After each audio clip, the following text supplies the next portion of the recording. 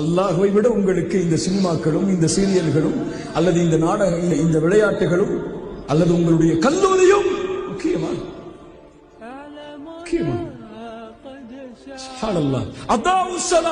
தொழுகையை பாழாக்குவார்கள், தொழுகையை அதனுடைய நேரத்தில் தொழமாட்டார்கள். இவர்களுக்கு என்ன கூலி? கையா என்ற நரக ஓடையை இவன் சந்திப்பான்.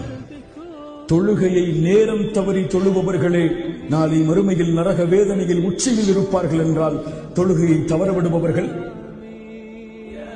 தொழுகை ஏதோ கடமை அல்ல, தொழுகை இறைவனுக்கு தேவை அல்ல. நீ செய்யக்கூடிய சுஜூதோ ருக்குவோ கியாமோ ரப்புக்கு தேவை கிடையாது. அதை வைத்து இறைவன் என்ன செய்ய போகிறான்? அவனை புகழக்கூடிய கோடான கோடி மலக்குகள் அவனை புகழ்ந்து கொண்டிருக்கும் போது நீ இருக்கக்கூடிய 2 சஃப் அவனை என்ன செய்துவிட போகிறது? அது உனக்கு, உன் வாழ்க்கைக்கு, உன் வாழ்க்கையின் வெற்றிக்கு, உன் குறிக்கோளை அடைவதற்கு, உன் லட்சியத்தை அடைவதற்கு நீ எடுத்துக்கொள்ள வேண்டிய மிகப்பெரிய மருந்து, ஆயுதம்.